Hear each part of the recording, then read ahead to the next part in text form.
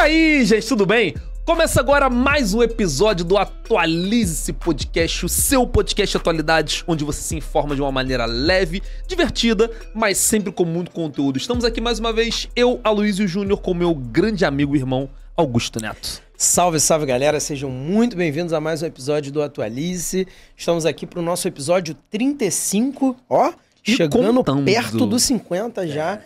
35 e mais um daqueles episódios de notícias do mês, dessa vez para mostrar para vocês tudo de mais importante que aconteceu ao longo do mês de abril. Mas antes da gente entrar de fato no nosso assunto, os recadinhos do Tio Alu. E é isso, como a gente sempre diz, para o que você está fazendo agora, já deixa o seu like nesse vídeo. É muito importante que você curta, compartilhe e no final do episódio comente, diz o que você achou, se você gostou, se você não curtiu, manda uma mensagem aí, você sabe que isso ajuda pra caramba, gente, para que a gente continue construindo e produzindo conteúdos como esse que a gente sabe que vocês gostam tanto. Lembrando sempre que você encontra a gente em todas as redes sociais, além do YouTube. A gente está no Instagram, estamos como áudio no Spotify, no TikTok. É só colocar @atualize.se ou atualize, você acha a gente em todos os lugares. Não é isso, Queria Augusto? dar um destaque ainda sobre esses recadinhos iniciais. Você que vem acompanhando aí o nosso Instagram, já viu algumas publicações de divulgação que a gente fez. A gente agora vai, quando você estiver vendo esse episódio, já vai ter virado o mês de maio, né? E ao longo do mês de maio a gente vai começar uma sequência importante de episódios com rumo nas eleições municipais de 2024. A gente já tinha comentado isso aqui. Na verdade, a gente já começou em janeiro essa jornada, né? Aquele episódio lá do professor Túlio e do Renato Pelizari.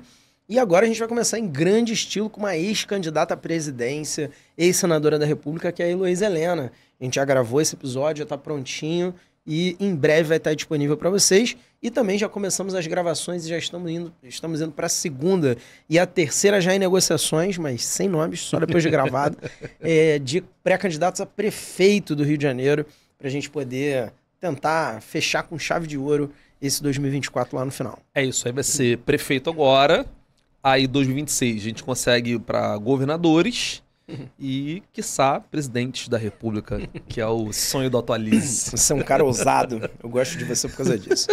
Bom, destaques iniciais então? Destaques iniciais. Pode Destaques começar. iniciais, eu acho que a principal coisa, assim, pontual que aconteceu, chamou muita atenção, que não vai render um grande assunto, embora vá bater com uma das pautas que a gente trouxe para hoje para o nosso top, foi a proibição do TikTok, né, que foi sancionada lá nos Estados Unidos pelo Joe Biden. Só antes que... todo mundo que eu falei isso ficou naquela de não, mas pô, isso já rolou várias vezes, nunca foi pra frente e tal. Esse é um projeto, um dos raros projetos nos Estados Unidos que é bipartidário. Então você tem tanto os republicanos quanto os democratas, claro que cada um ganhando uma coisa diferente a respeito, mas trazendo aí a concordância de que o TikTok tem que ter alguns limites dentro dos Estados Unidos. E agora a lei foi sancionada e tem quase um ano aí pela frente para que a empresa chinesa que detém as ações do TikTok venda as participações dela. Olha que coisa curiosa, né? Eles dizem que a proibição do TikTok lá tem a ver com a responsabilidade sobre os dados dos americanos e sobre a falta de filtros, os conteúdos que são absolutamente doidos e pitorescos que aparecem lá pelo TikTok, mas a solução para o problema não é o TikTok ser banido e interrompido de vez, ele ser interrompido desde que ele não seja vendido. E vendido, naturalmente, provável para uma empresa americana, né? Então, assim, não está se discutindo invalidar ou fazer normas mais rigorosas contra o Google, o YouTube, contra o Facebook, contra o próprio Twitter, né? O próprio X aí, tá uma série de polêmicas que a gente vai discutir também a respeito aqui do Brasil, mas o TikTok por ter capital chinês, então, assim, isso se trata muito mais de uma questão de geopolítica internacional, uma questão de protecionismo às big techs, né, as grandes empresas de redes sociais nos Estados Unidos, do que, de fato, há uma preocupação dos norte-americanos com os dados do cidadão e tal. Me parece que isso dialoga muito, inclusive, com o papo sobre o Twitter que a gente vai ter hoje e o Elon Musk.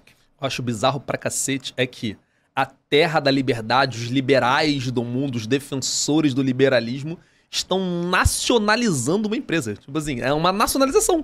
Caralho, que é um bagulho de país comunista, né? Vamos nacionalizar. Não tô dizendo que eles estão estatizando a empresa.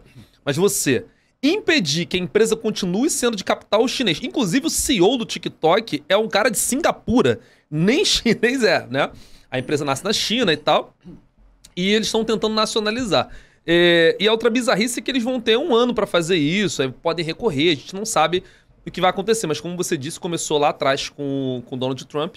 E agora o Biden colocou para frente aí o processo de nacionalização do TikTok. Aqueles raros momentos que você tem aperto de mãos entre republicanos e democratas.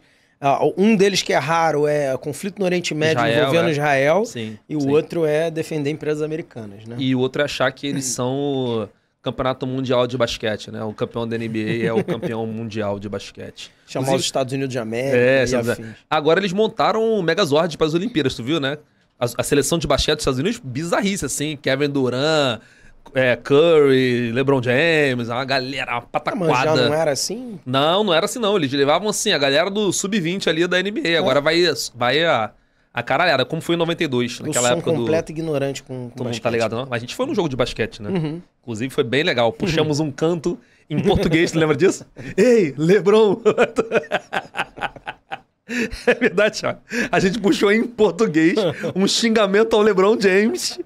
E a galera do nosso lado cantou junto, a gente ensinou. Ensinou os mexicanos a cantar. Que maravilhoso. O meu destaque inicial, cara, é um caso triste, né? O caso isolado número 11.495, mais uma pessoa preta morre pelas mãos da polícia nos Estados Unidos. O Frank Tyson, um homem negro de 53 anos, estava com seu carro, bateu num poste de eletricidade e não parou, né? Foi para um bar, a polícia seguiu atrás, e aí começou uma discussão entre ele e a polícia. E aí aquelas abordagens tradicionais da polícia americana, como aconteceu com o George Floyd, caso que há alguns anos ganhou notoriedade global. E agora, novamente, um homem preto, abordagem da polícia completamente agressiva, grosseira, e da mesma forma, igual, assim, o roteiro idêntico. O policial colocou ali o joelho sobre o pescoço do cara, e ele dizia a mesma frase do George Floyd: eu não consigo respirar, não consigo respirar, não consigo respirar.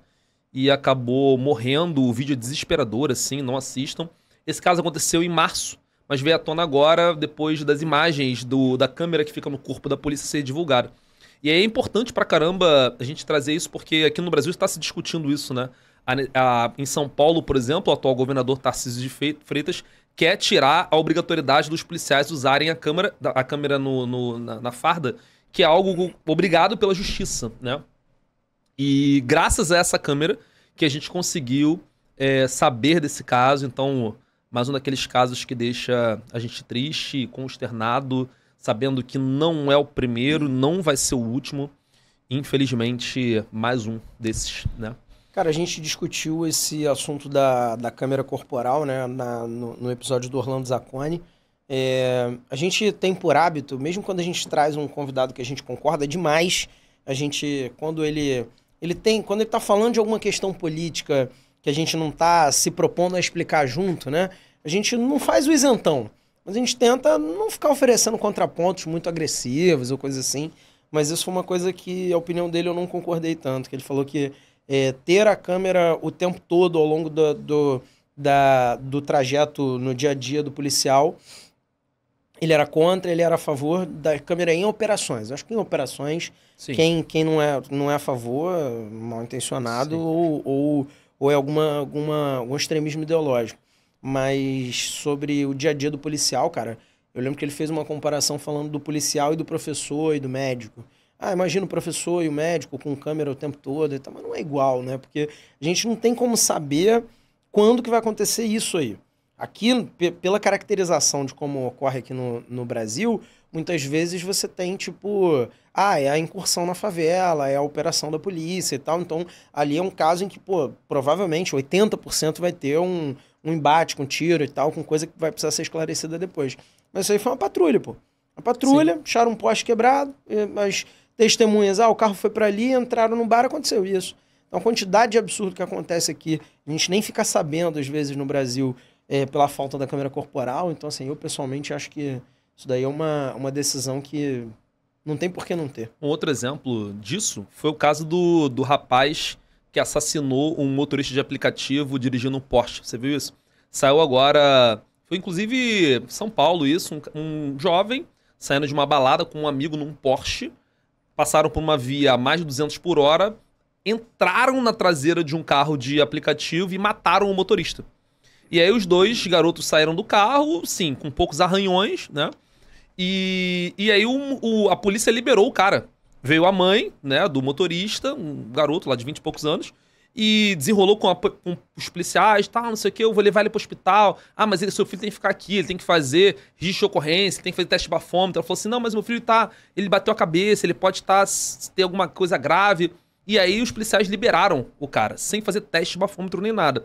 Só que agora liberaram o vídeo da câmera corporal da policial. E aí claramente o moleque tá embriagado, ele não consegue responder. Ela fala assim, o que você tá sentindo? Ele, aquela voz, sabe, de embriaguez e tal, foi liberado. E aí foi levado pra delegacia depois, né? E liberaram, tipo, o juiz liberou. O mesmo juiz que liberou esse cara que matou um motorista de aplicativo, prendeu um maluco que roubou margarina, entendeu? Tem um cara preso porque roubou margarina. Aí a gente já consegue imaginar qual é a cor dos dois, né? Provavelmente o motorista do Porsche tem a tua cor e o cara da margarina tem a minha. Só pra completar, já que a gente tá falando desses casos de truculência policial, você lembrou desse? Eu lembrei do caso absurdo do cara que foi cobrado sobre um aluguel que já estava pago, você viu isso? O cara chamou a polícia, ele ligou e falou, estão aqui me cobrando do aluguel, já paguei o aluguel, já esclareci, mas a proprietária tá aqui e tal, truculenta e tal comigo. Ele chamou a polícia e a polícia foi em cima dele. Tipo, com o aluguel pago, ele que foi o que ligou pra polícia. E aí, assim, hoje em dia, felizmente, por um lado, se infelizmente a gente tem tanta coisa ruim para discutir sobre redes sociais, o fato de você poder fazer um vídeo ao vivo e o fato da justiça amparar isso, então você que está em casa saiba, em qualquer abordagem policial, se você puxar um vídeo gravando, você vai tomar um tapa no celular e o cara vai jogar do outro lado da rua. Mas se você abrir ao vivo, provavelmente isso pode inibir. Então, isso daí é uma forma, né, de você... todo mundo lá fora tá vendo e tal, uma forma de inibir que não deveria ser necessária, mas, enfim... Sim. Casos isolados, número 11.400, que nem você falou, né? Lá nos Estados Unidos, aqui no Brasil, em tudo que é canto, infelizmente, são repetitivos. É isso? Esses são os destaques iniciais? Bom, então vamos adiante. Começar a falar da questão geopolítica, né? Do nosso xadrez geopolítico. A gente teve algumas movimentações pequenas sobre a guerra da Ucrânia, né?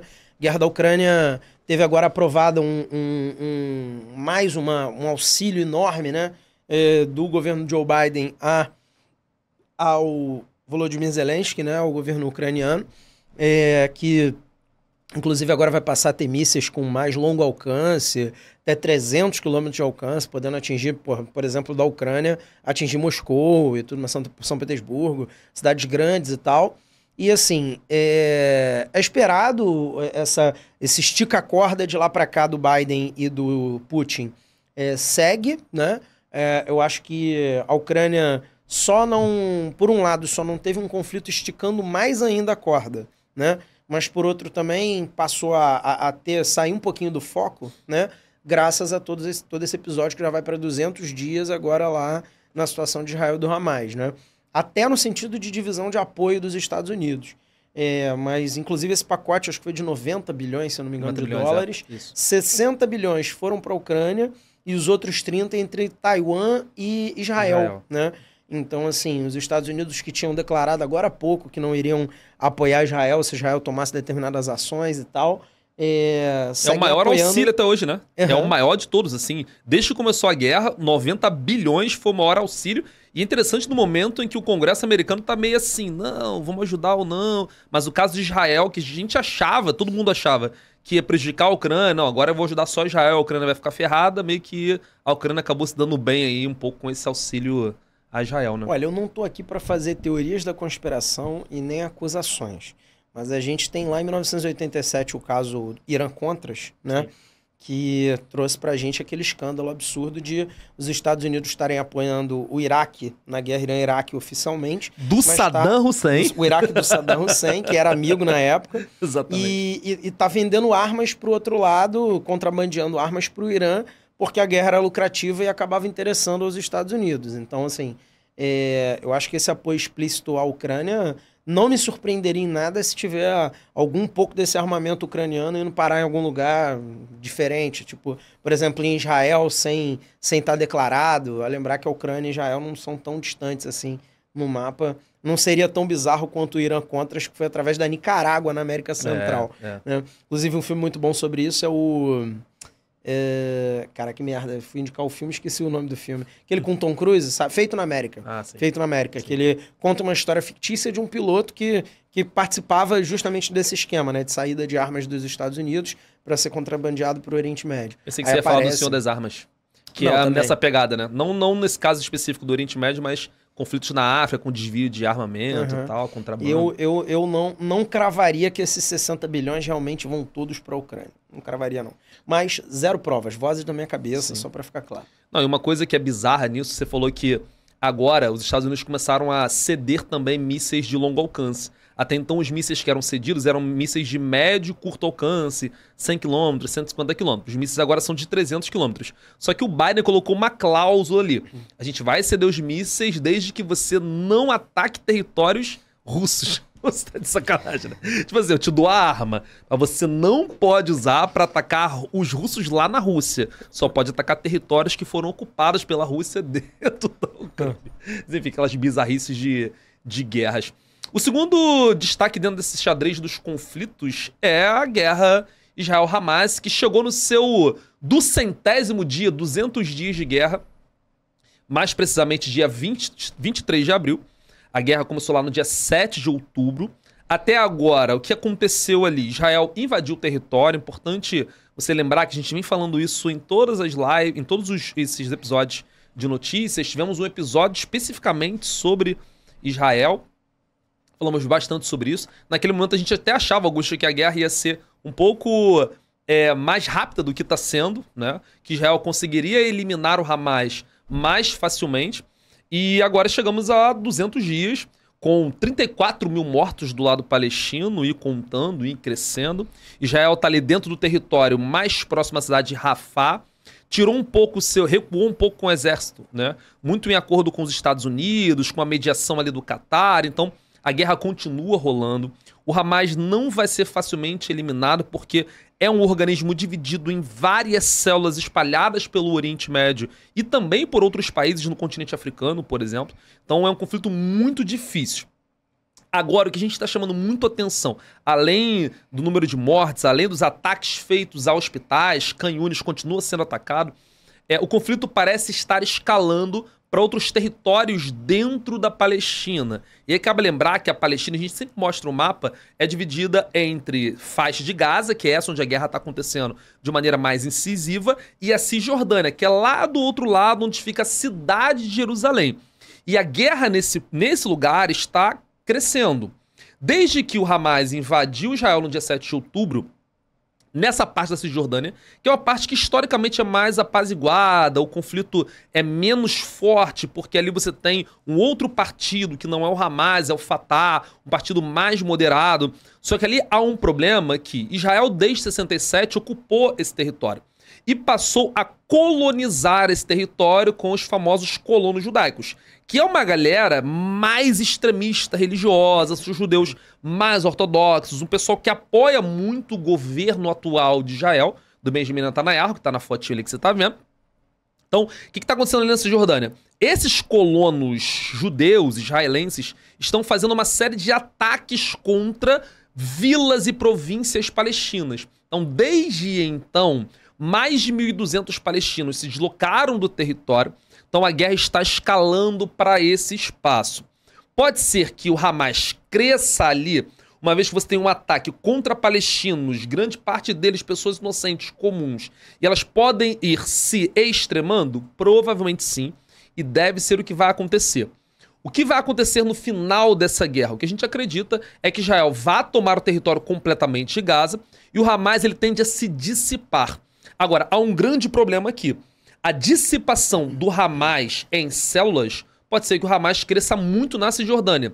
E Cisjordânia fica do lado de Jerusalém. Agora você consegue imaginar o Hamas com células, com força, perto de Jerusalém, em lugares históricos, Muro das Lamentações, podendo gerar ataques nesses espaços. Então é o que acredita-se que vai acontecer nos próximos anos, né?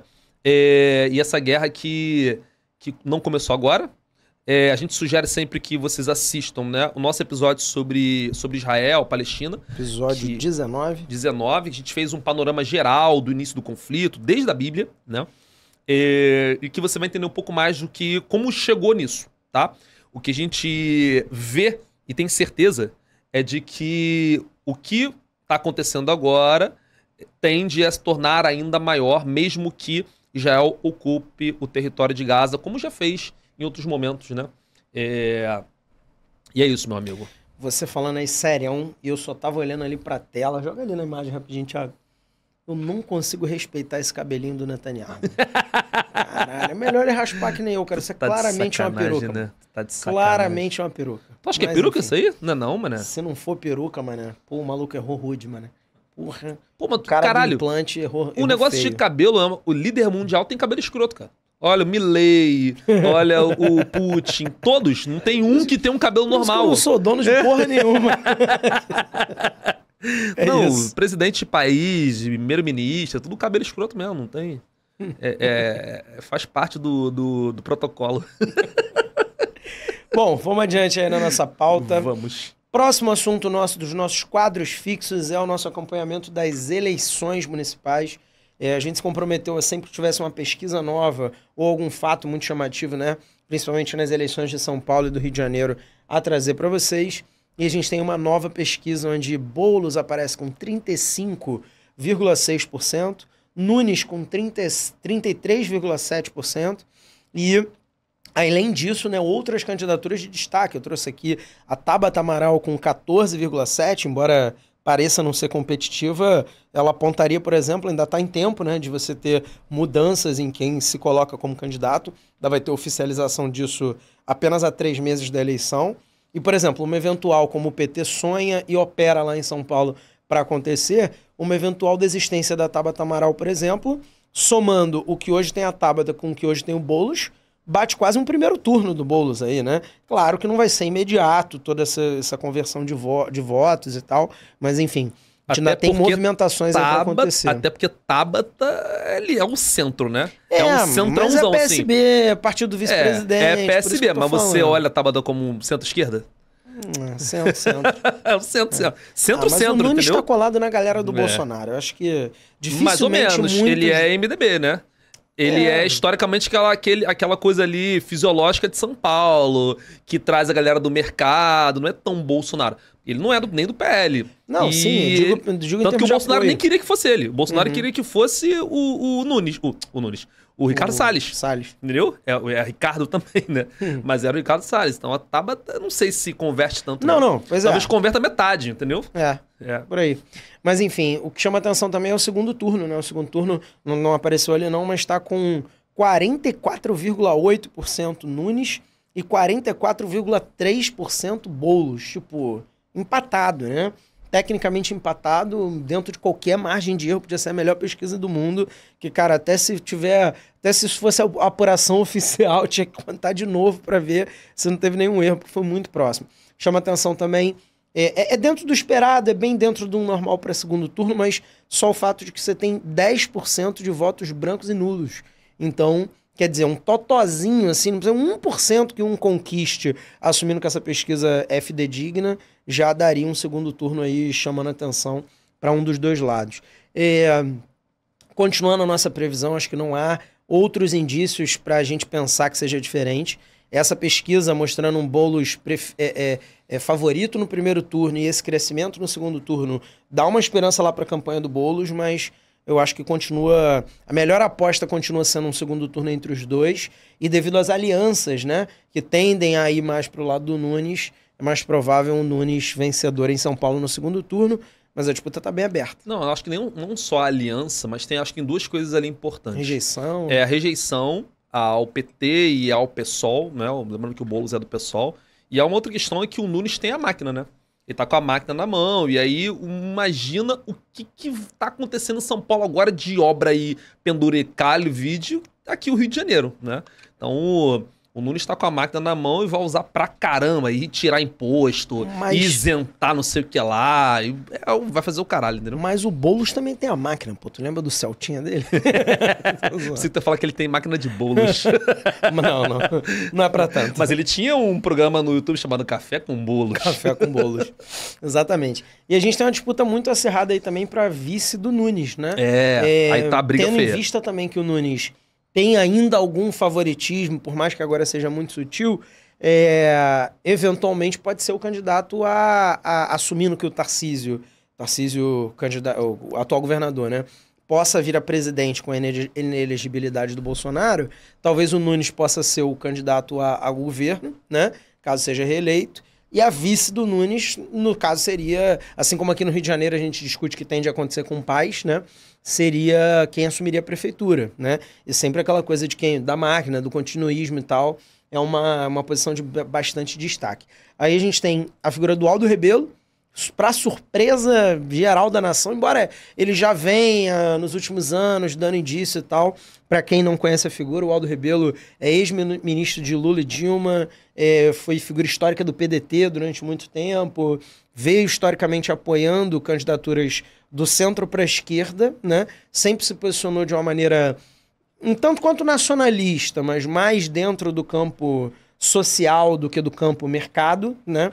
E durante o governo Bolsonaro fez algumas aproximações aí em relação ao Bolsonaro, então, enfim, até saiu do PDT em função disso e acho que é o preferido hoje em dia, é o candidato que, inclusive, mesmo tendo feito essa aproximação, um cara que, assim como a Marta Suplicy está pro Boulos como um vice que equilibra trazendo votos do outro lado, acho que a campanha do Nunes está pensando muito nisso também, né? Em, de repente, pegar um cara que dialogue, ainda que um pouco menos, consiga dialogar com o outro lado também.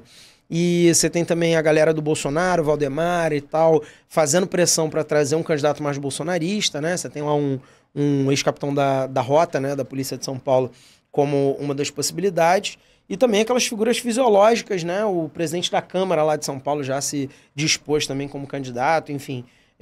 Eu acho que lá e aqui no Rio de Janeiro, só nos 48 do segundo tempo mesmo que você vai ter uma decisão definitiva sobre as vices. Eu acho interessante demais é que no Brasil, o vice é sempre um cargo inútil na prática, mas útil na campanha, na eleição. E ele é pra isso, assim. Tu vê, presidente. Quem vai ser o vice... Pô, o Lula botou o Alckmin. O Alckmin Pois mas o Alckmin é ministro, né? O Alckmin é bem... Assim, tá sendo uma surpresa em relação ao que tem sido os vices nos últimos anos. Lembra da carta do Temer falando da Dilma? Poxa, eu não faço nada, que sacanagem, você não me bota em nada. Teve um jantar com a Beyoncé, você não me chamou. Exatamente. O vice sempre foi esse cara. Diferente dos Estados Unidos, que... O vice-presidente é o presidente do Senado, né? Aqui no Brasil, o vice-prefeito, o vice-governador, o vice-presidente da República é porra nenhuma.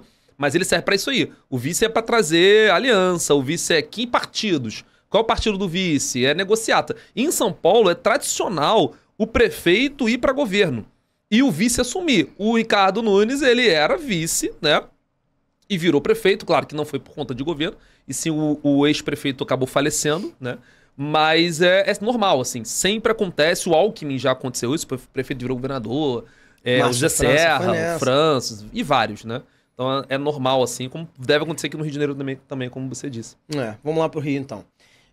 Paes com 42,6%, isso não é surpresa, não mudou já ganhou? Coisa.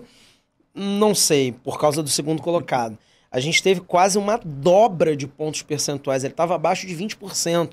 Na outra pesquisa, o Alexandre Ramagem com 31,2%. Lembrando, para quem está ainda desinformado sobre as eleições do Rio, o Alexandre Ramagem é o candidato bolsonarista, era o ex-chefe da ABIN, era aquele cara da época que deu aquela confusão toda da reunião ministerial, da intervenção na ABIN e tal, ele que era o chefe da ABIN, e é o nosso candidato a prefeito aí de viés bolsonarista. E o Paes continua favorito, tanto num primeiro turno, eu acho que para vencer em primeiro turno é pouco provável, mas no segundo turno ele vence com margem tranquila, segundo as pesquisas, o próprio Ramagem e, sobretudo, o Tarcísio Mota, que eu acho que foi a surpresa no contraponto, né, para essa pesquisa. O Tarcísio não está aparecendo ali, mas eu estou com ele anotado aqui, ele está com 12,7% pontos percentuais. Inclusive lá na eleição de São Paulo eu não citei, o Kim Kataguiri aparece com 9,4% dos votos lá em São Paulo, né, se mostrando um candidato mais competitivo. E já que eu falei o quarto de lá, o quarto daqui é o Pedro Duarte com 3,8%, que é o candidato do Partido Novo, né, a Prefeitura do Rio de Janeiro. Então, enfim, Paes continua favoritíssimo à reeleição, né? Em primeiro turno parece que esse crescimento do Ramagem, acho que botou uma possível pá de cal aí nesse primeiro turno do Paes, a não ser que a gente tenha problemas na justiça, né? Lembrando que o Ramagem tem processo em aberto, ele pode ser cassado ainda, e caso ele seja declarado inelegível, a não ser que o Bolsonaro venha com uma figura como um filho dele, alguma coisa do tipo, Braga Neto, eu acho né? que o Braga Neto também está inelegível, né? É verdade. Então, os dois estão inelegíveis. Verdade. Então, a não ser que venha com Flávio Bolsonaro, de repente, que também já foi candidato, não fez lá muita graça. Sim. Enfim, mas também o Bolsonaro não tinha sido presidente quando ele foi candidato, né? Enfim, eu acho que o Paes realmente se conduz aí para uma vitória, provavelmente em segundo turno, né? Na última pesquisa que a gente viu, o Tarcísio e o Ramagem estavam quase tecnicamente empatados ali na segunda posição, né? Agora o Ramagem aparece com mais do que 2 vezes, quase 3 vezes, a votação do Tarcísio. Então, tipo, deu um salto muito grande aqui. Não sei se pode ter a ver também com as movimentações do próprio Bolsonaro aqui no Rio de Janeiro. Esteve lá o ato lá em Copacabana e tal, recente, pode ter influenciado ali na captação dessa pesquisa, mas haver aí outras pesquisas para confirmar essa tendência de Paes e Ramagem no segundo turno.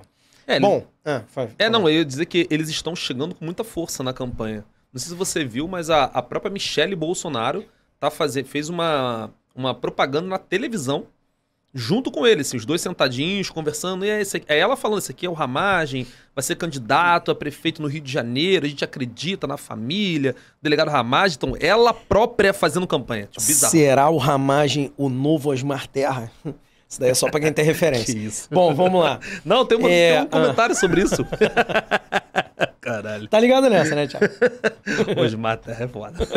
Essa história é cabeluda. O Osmar Terra plana. Essa história é cabeluda. Vai. Não, eu ia dizer que... Você ia comentar mais alguma coisa das eleições do Rio? Ia só da vice, mas vai lá. Não, fala você. Não. Eu ia falar depois. Eu achei que você tivesse terminado. Não, termina. Tranquilo. Você vai falar da vice do Paes, né? Sim. A gente continua naquele impasse. O preferido do Paes certamente é o Pedro Paulo, né? Que a gente já falou aqui anteriormente também. Falamos até no próprio episódio com o Tarcísio Mota, que ainda vai ao ar, que a gente foi o nosso primeiro que já foi divulgado lá, pré-candidato a prefeito que veio aqui visitar o Atualize. E a Aniele Franco é a preferida do PT, né? Também já tínhamos falado sobre isso.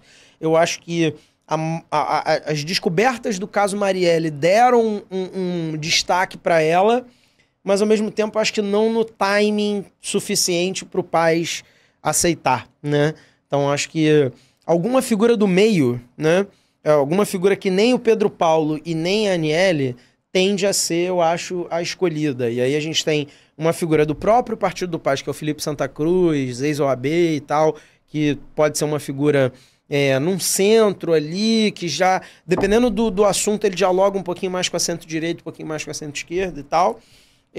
Ou mesmo o André Siciliano, mais uma daquelas figuras históricas e fisiológicas da política do Rio de Janeiro, que já foi presidente da Câmara dos Deputados, da LERJ e tal, e que também se põe à disposição aí, André Siciliano, esse que é do PT. Então, sem dúvida nenhuma, não sendo a Aniele, se bobear, até o próprio PT chuta a Aniele, caso o Paes tope o Siciliano. Lembrando que aqui no Rio é quase certeza absoluta que o Paes virá candidato a governador em 2026, então a gente está discutindo o prefeito ou a prefeita do Rio após 2026. Em São Paulo é mais achismo, aqui é quase certeza. Eles devem estar na discussão agora assim, ó. Nem eu nem você, o Lula e o Paes. Paes, nem eu nem você. Não vai a Aniele, não vai o Pedro Paulo, vamos ali.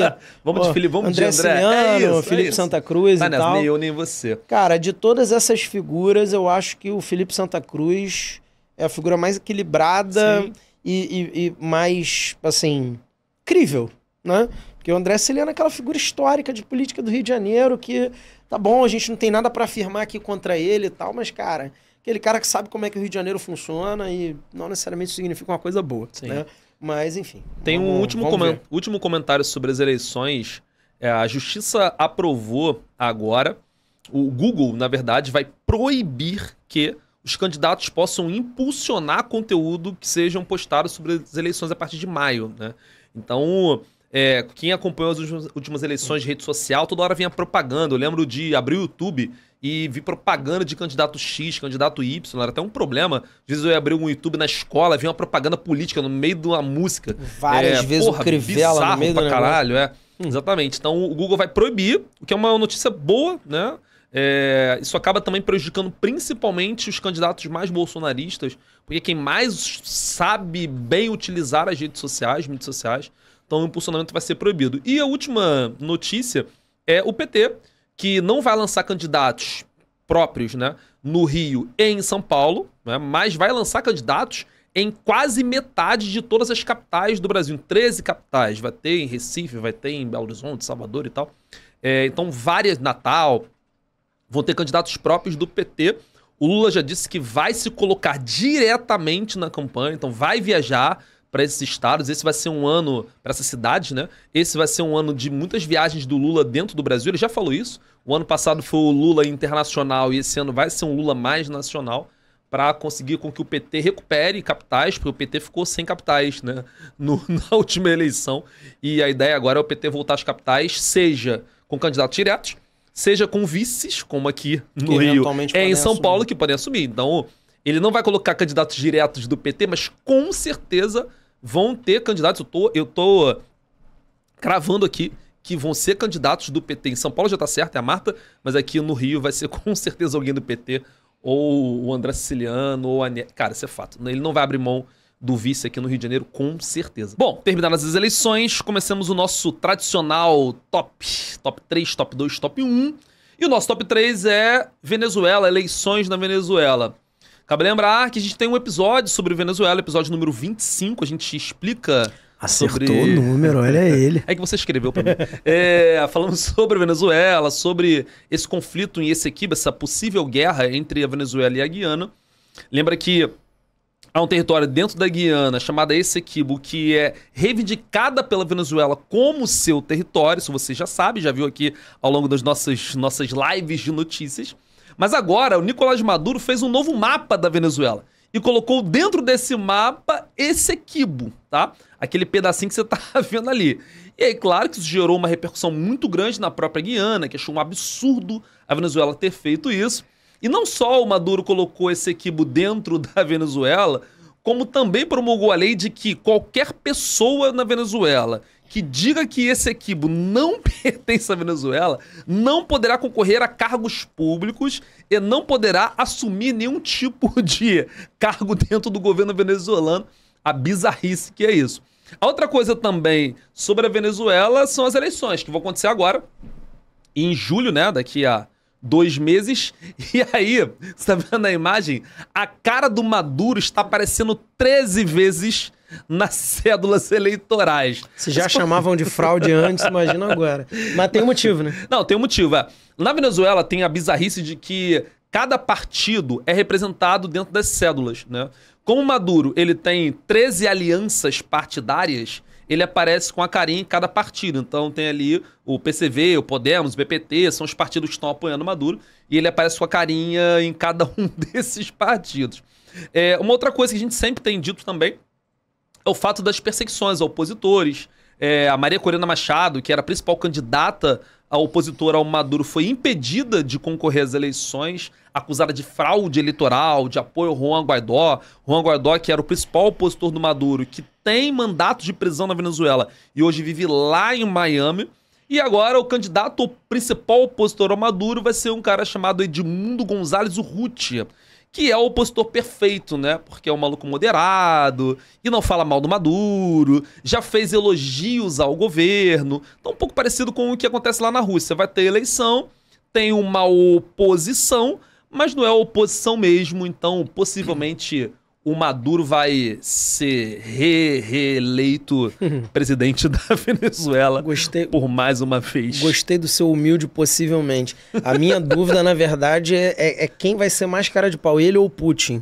Se ele vai bater os 87% do Putin ou não. Acho que não vai chegar nesse nível, não. Acho que também de cara de pauzice. Não, é tão surreal isso que o Lula e o Petros, dois caras que eram mais apoiadores do Maduro aqui na América Latina, criticaram o fato dos opositores não poderem concorrer, né? Principalmente a Maria Corina Machado. O candidato Edmundo, que você falou, o Rutia, ele agradeceu publicamente na mídia venezuelana ao Lula e ao Petros. Petros é o Gustavo Petros, o presidente da Colômbia.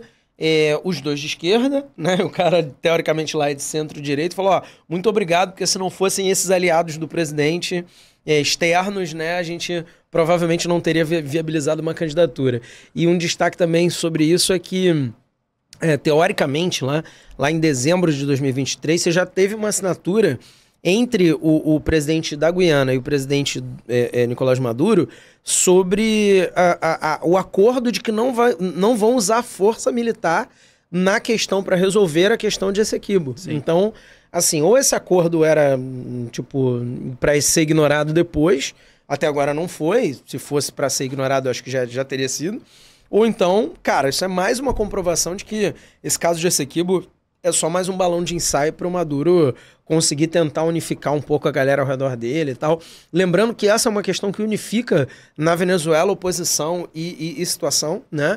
Não há uma discordância sobre isso. Teve referendo, tipo, 95% dos venezuelanos votaram favoráveis à anexação de Essequibo. Que também é um referendo estranho, mas enfim. Mas há concordância. Até a própria Maria Corina Machado também já dizia ser a favor, ela só não dizia que isso deveria ser usado em ano eleitoral, né? Mas enfim, o Maduro está elevando as expectativas aí sobre quão polêmico vai ser esse processo eleitoral. Beleza? É isso. Então, para mais episódio 25, como a Lu falou, sobre a Venezuela. Vamos pro nosso top 2? Nosso top 2 tem essa imagem de um trocadilho maravilhoso ali com o Elon Musk e o Xandão, né? Ainda tem um X de Xandão. Mentira, aí não. Foi você que criou esse? Não, claro que não, cara. Peguei na internet. Bom, vamos ser sinceros. Falei, porra. Até porque se tivesse sido eu, não ia rasgar essa seda toda, né? Moleque babaca. Enfim. Mas a treta do mês, talvez, aqui, a gente teve uma questão muito importante de política externa, né? Que foi lá sobre o Irã, Israel, que a gente vai falar mais à frente. Mas a treta do mês interna no Brasil, sem dúvida, foi agora na segunda quinzena, Elon Musk versus Xandão, né? Onde eu só não vou dizer que eu torço pra briga, né?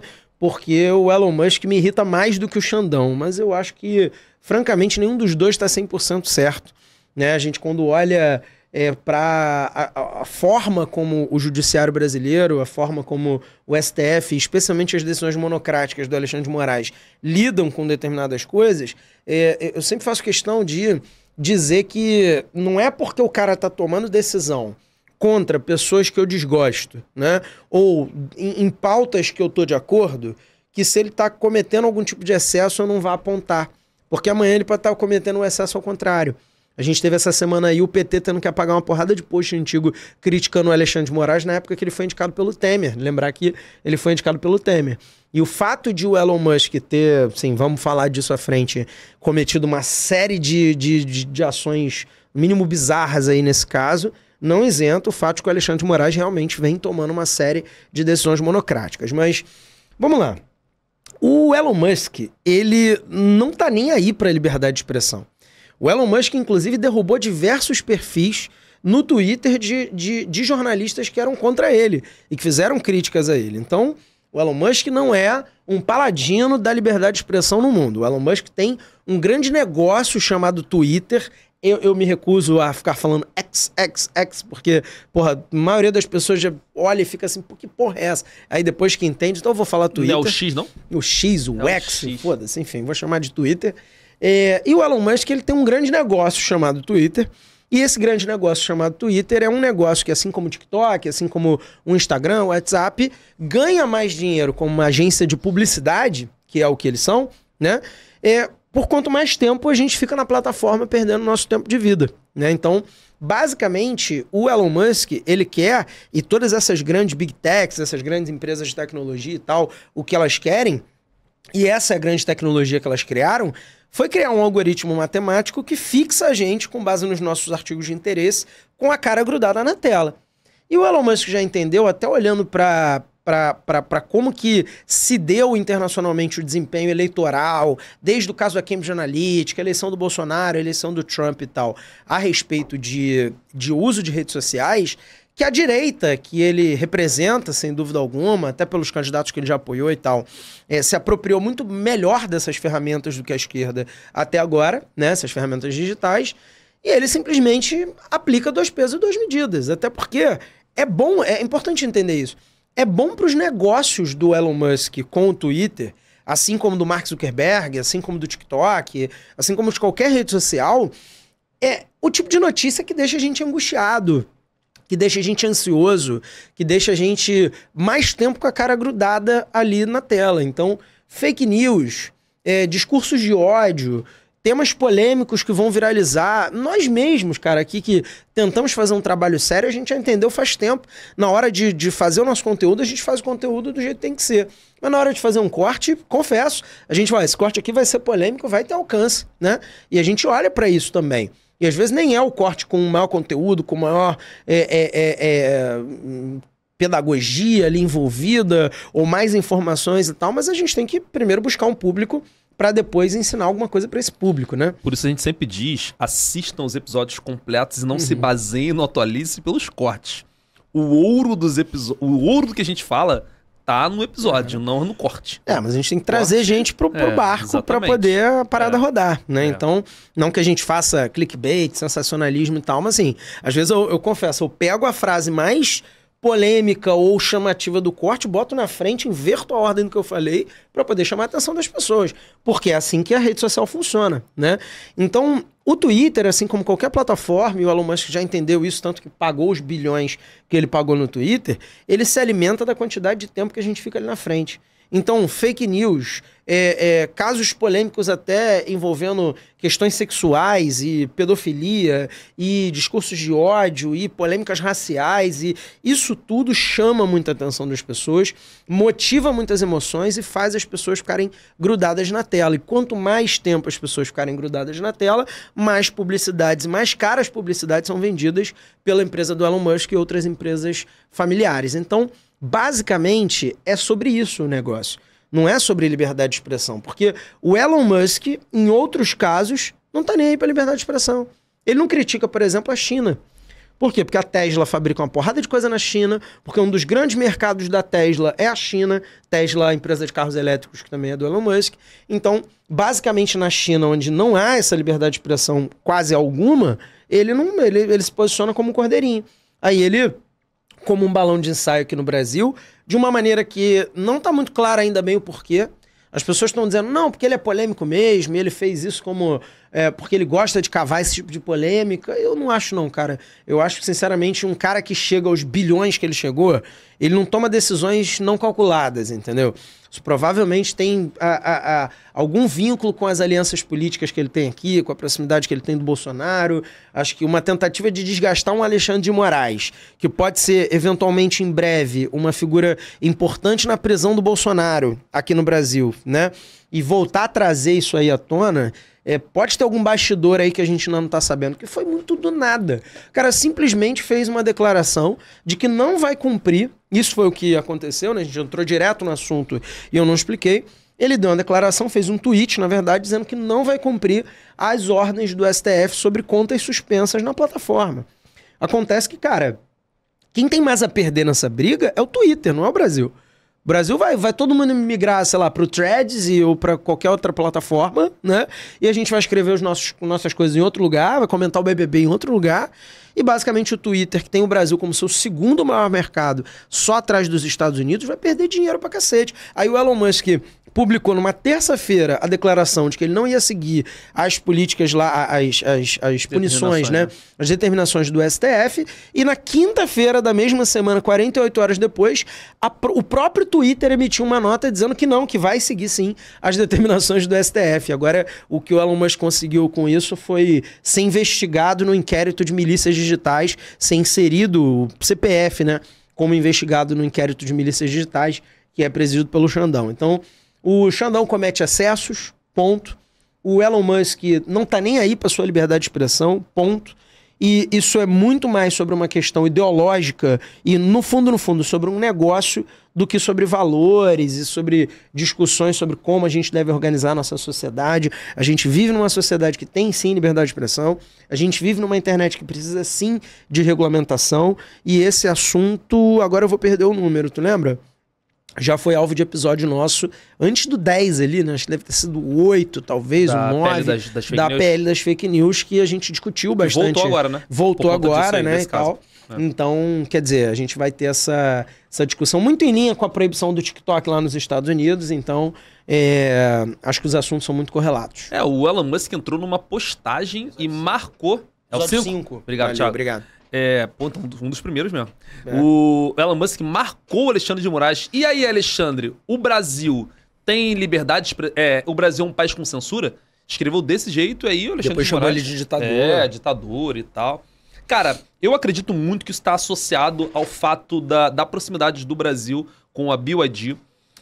Fato é que o Elon Musk quer que o Bolsonaro não fique inelegível, que o Bolsonaro não seja preso, que o Bolsonaro seja o presidente do Brasil, porque já declarou que se o Bolsonaro, se o Brasil, né, voltar para a direita, né, para um Tarcísio, para um desses caras, há uma maior proximidade com os Estados Unidos, porque nos últimos anos a BYD e a GWM entraram muito forte aqui no Brasil. Acho que no último ano, né? Exatamente. E recentemente a China, a BYD, comprou uma indústria de minério de lítio aqui no Brasil.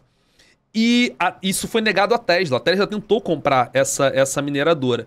E aí, fato é que pro Elon Musk tá puto, entendeu? E o fato de ter trazido isso, o Bolsonaro fez na manifestação na Paulista, eles falaram muito sobre o Elon Musk. O Bolsonaro não pode ficar falando do Alexandre de Moraes, né? Ele tá com medo. Quem mais atacou na manifestação foi o Silas Malafaia. Mas o Bolsonaro chamou atenção pro caso na manifestação e falou: o Elon Musk, defensor da liberdade no Brasil, esse homem tem que ser canonizado. O Musk foi depois na Argentina, e aí o Milei, você viu o vídeo? O Milei abraçando, olhando pra cara dele como se ele fosse Jesus Cristo, assim, tipo, quase chorando. Então, claramente, essa extrema-direita tem um interesse, assim, de proximidade com os Estados Unidos. O Elon Musk é o homem mais rico dos Estados Unidos, um dos mais ricos do mundo. Então, é uma questão muito mais econômica, eu falo muito isso. Ele não está... Cara, o Elon Musk não fala nada da Arábia Saudita. E tem negócios na Arábia Saudita. Exatamente. Que porra de liberdade de expressão é essa? Tipo, um governo como do Mohammed bin Salman. Então é claro que ele tem interesse econômico, o Brasil tem lítio pra caramba, o Brasil é um mercado em expansão de carro elétrico, então ele quer entrar nesse mercado, e por isso a deslegitimação do juizado brasileiro, né? Logo depois que aconteceu isso, a Câmara dos Deputados e o Senado, o Congresso como um todo, já começa a discutir, por exemplo, o fim das decisões monocráticas de juízes. Já começa a discutir, por exemplo, a possibilidade de impeachment de juiz do Supremo. Não sei se você viu a declaração do Rodrigo Pacheco, o presidente do Senado, falando assim, não, a gente não vai colocar isso pra frente e tal. Mas senadores brasileiros já começam a discutir a possibilidade de impeachar um ministro do Supremo Tribunal Federal. Então tudo isso é jogo político. Não tem nada a ver com liberdade de expressão, é porra nenhuma. Tem questões econômicas envolvidas, a Tesla quer entrar nesse mercado, e tem questões políticas envolvidas, porque eles querem tirar o entrave que existe da justiça brasileira à putaria das empresas poderem fazer o que quiserem aqui, né? Só pra você aí que é fanboy de bilionário, o Aloysio falou da questão das baterias de lítio. O último país onde o Elon Musk fez negócios com extração de lítio e que autorizou os negócios dele, uma vez numa entrevista falando sobre a possibilidade de um novo governo do país, que foi a Bolívia, né, impedir a exploração de lítio, ele deu a seguinte declaração para você que está defendendo a liberdade de expressão fictícia da cabeça do Elon Musk. Ele deu a declaração de que não tem problema, se eles impedirem a gente fazer a exploração, a gente apoia um golpe de Estado, como sempre, botou um emoticon do lado no Twitter, que nem era dele na época. Simplesmente fazendo graça com a possibilidade, ironizando a possibilidade de dar um golpe de Estado no país. É esse tipo de liberdade de expressão que ele quer. Que aconteceu, né? O Evo Morales tomou um golpe. Não foi na data, vamos ser justos, mas aconteceu. Sim, mas que aconteceu, exatamente. Bom, então, eu tenho muita raiva de fanboy de bilionário. Muito bilionário. Caralho, o maluco que é fã de bilionário é um imbecil completo, assim. Você pode ser fã de cantor. Pô, eu gosto do Belo. Nem a gente falou nem do Belo. Era um destaque inicial que eu queria trazer aqui, o caso do Belo e tal, sendo corno, né? pro personal trainer. Mas, porra, você pode ser fã do Belo, do Pericles, você é fã do Coldplay, sei lá, da Lady Gaga, né? Tu gosta de Lady Gaga, né? Não, né? Cala a boca, volta pra pauta. Uma porra do Elon Musk. Mas, ó, se você é fã de Elon... Ah, eu sou... Porra, a merda. Enfim, vamos para o nosso top 1. Ai, voltando para ainda teve isso, eu esqueci disso. Não, peraí. O deputado Gustavo Gayer, do PL, que discursou em inglês, ficou falando lá uns 5 minutos em inglês, falou, não, o senhor Musk com certeza está olhando e tal. Mais um caso aí patológico de fanboy de bilionário. Essa galera tem que fazer terapia. Ele discursou o Nicolas também, o Ferreira também falou do Musk e tal. O Nicolas Ferreira tem 12 anos, esse maluco aí tem cabelo branco, porra, fode. Vamos lá. Enfim, chegamos ao top 1. A gente fez aqui várias gracinhas, mas o nosso top 1 é um caso mais sério aí do mês, né? O que aconteceu?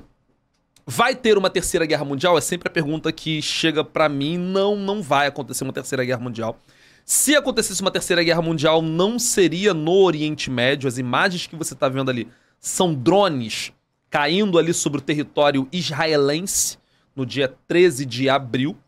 A terceira guerra mundial, e só fazendo um apêndice aqui, aconteceria, se acontecer na Europa, então a escalada da Rússia com a Ucrânia poderia sim gerar uma terceira guerra mundial algum dia, a entrada da OTAN e tal, mas ali não vai acontecer.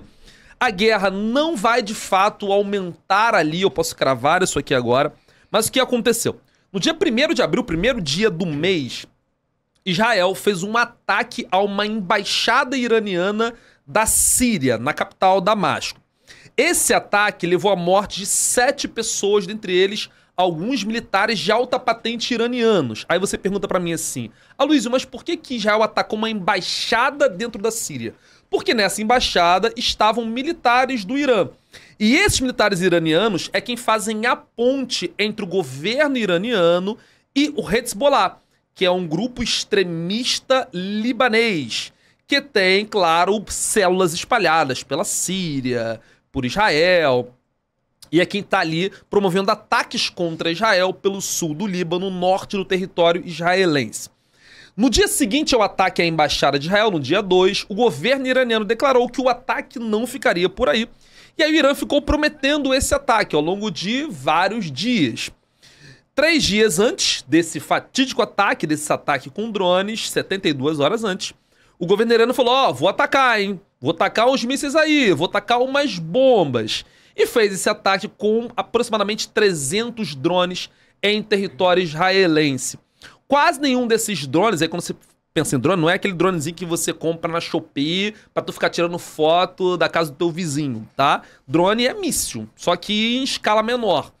300 drones foram lançados no território israelense, a maioria não caiu. A maior parte desses foi abatido ainda no ar por um sistema de defesa israelense chamado Domo de Ferro. Israel teve o apoio dos Estados Unidos, da França, da Arábia Saudita, da Jordânia, 2 países árabes do Oriente Médio, para que você tire o binarismo da tua cabeça que os árabes são amigos e os muçulmanos são todos amigos. Não é assim, o xadrez do Oriente Médio bastante complexo.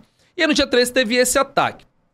No dia seguinte ao ataque, Israel disse que ia haver uma retaliação, e essa retaliação acabou acontecendo, mesmo com os próprios apoiadores de Israel pedindo que não houvesse uma retaliação. Israel retalhou alguns dias depois, também lançando drones sobre o território iraniano, só que foi um ataque assim, daqueles assim, ataquei.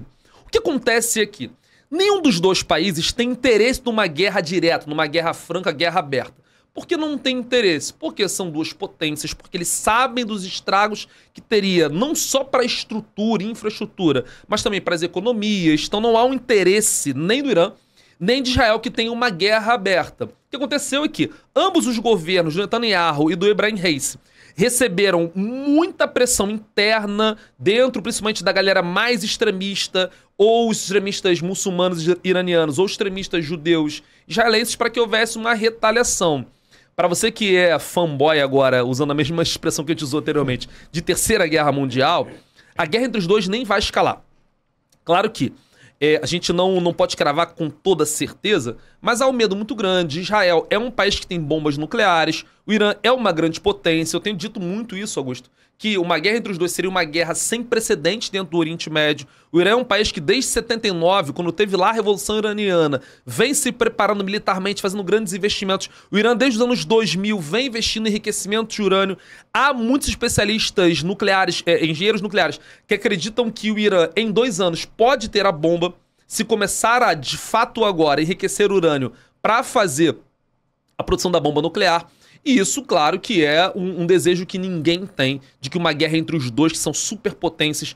Ah, Luizio, mas não tem alianças dos lados? Os Estados Unidos apoia Israel diretamente. Se uma guerra agora acontecesse, de fato, os Estados Unidos entraria na guerra com toda a força, diferentemente do que acontece na Ucrânia, que eles não mandam exército, mandam dinheiro e armas.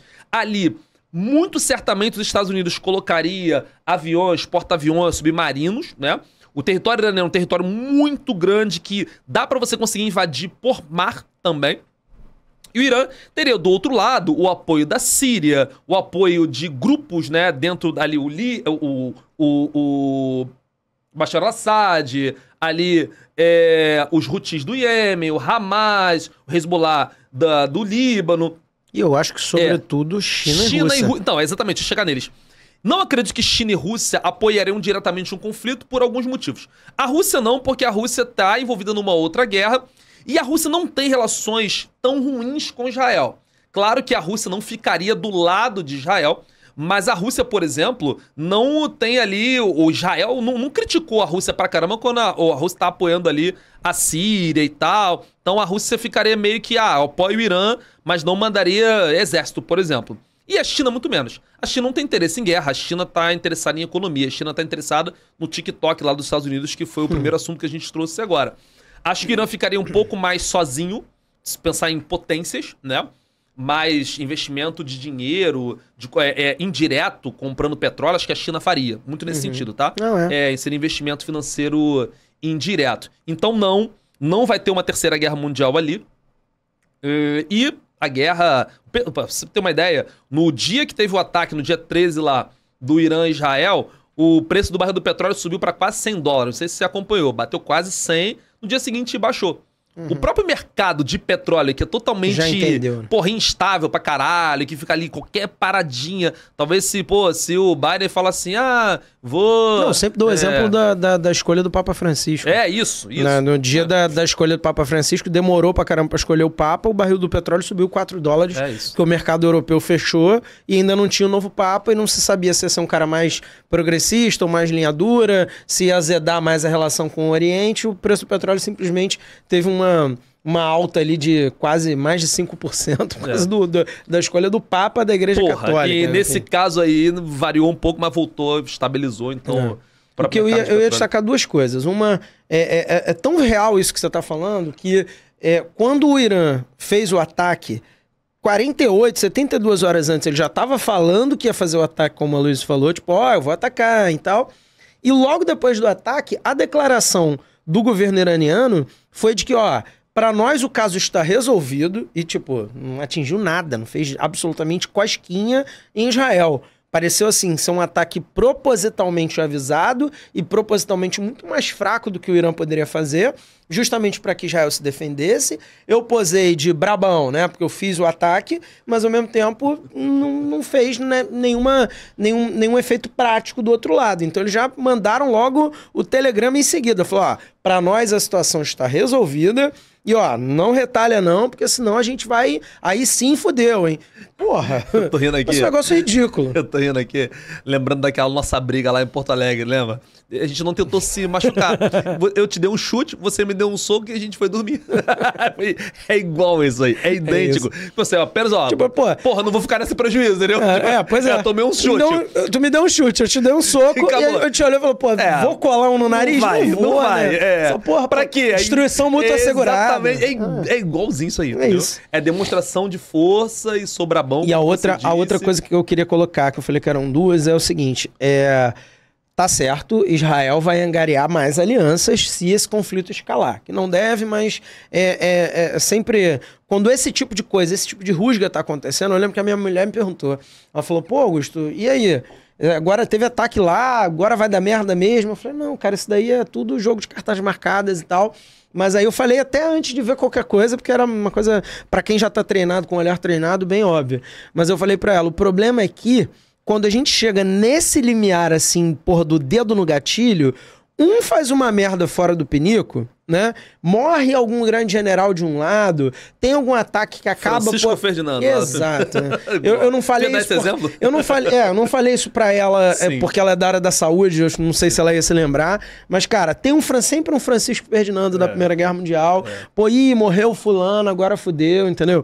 Então, assim... mas tu lembrar, 2019, os Estados Unidos matou o general de mais alta patente iraniano, o Qassem Soleimani, e não aconteceu nada, entendeu? Tipo assim, o Irã foi lá, falou que ia atacar uma base americana, avisou 72 horas antes, os militares americanos saíram, eles atacaram, destruíram a base e foi isso. Acabou, não, retaliamos, a gente retalhou. É isso, o Irã também não tem interesse. E eu acho também que tem um fator importante aqui, o Irã não está ainda preparado para isso, e eles estão se preparando, tipo a China. Por que a China não invadiu Taiwan ainda? Eles vão invadir, mas não agora. Porque tem dois interesses claros. A China está tornando o mundo cada vez mais dependente economicamente, e tornar o mundo dependente vai fazer o quê? Se a China invadir Taiwan, como é que você vai ver sanções contra a China? Não vai ter como. Então eles querem chegar nesse limite, e é outro fator que eles estão se preparando militarmente. Eu acho que o Irã está nessa. A gente vai ter primeiro a bomba nuclear, e aí depois, de fato, a gente vai puxar o gatilho. Mas uma guerra entre Irã e Israel agora... acho beirando impossível.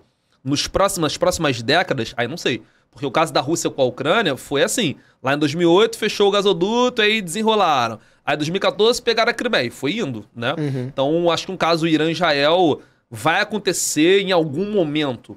Mas eu acho que o Irã vai esperar estar mais preparado militarmente, alianças mais conclusivas, talvez ali chamando alguns países do norte ali, sei lá, do centro da Ásia, não sei, tá? Mas essa parada. É isso, exercício de futurologia. Temos? A gente tá aqui pra isso. Temos. Esse foi mais um episódio do Atualize Podcast. Muito obrigado por terem acompanhado a gente até aqui e reforçando os recadinhos do tio Alu lá do início, né? A gente tá aí, deu uma crescida boa agora no Instagram, né? Na data desse episódio. A gente deve estar batendo aí provavelmente hoje, ou deve ter batido ao longo do episódio 23 mil seguidores. Nosso YouTube também tá crescendo mais devagarzinho, mas sempre lembrando, não é uma métrica de vaidade, a gente não quer o númerozinho ali pra nossa e tal, não sei o quê. Mas, cara, parcerias que a gente vem a fazer, entrega do conteúdo, visualizações, convidados, consequentemente, mais relevantes, tudo depende do seu apoio, da sua reação, do comentário que você deixa, da curtida que você deixa, para esses algoritmos que a gente tanto criticou aqui hoje, entenderem que esse conteúdo tem valor e mostrarem ele para mais pessoas. Então, atualize esse podcast no YouTube, atualize.se no Instagram e no TikTok, né? Atualize-se apenas. No Spotify também temos lá em áudio, e falando no Instagram, eu por lá sou o Augusto Gel, este energúmeno é o Aloysio, professor. E esse foi mais um episódio do Atualize Podcast. Valeu, gente. Beijo grande. Tchau, tchau.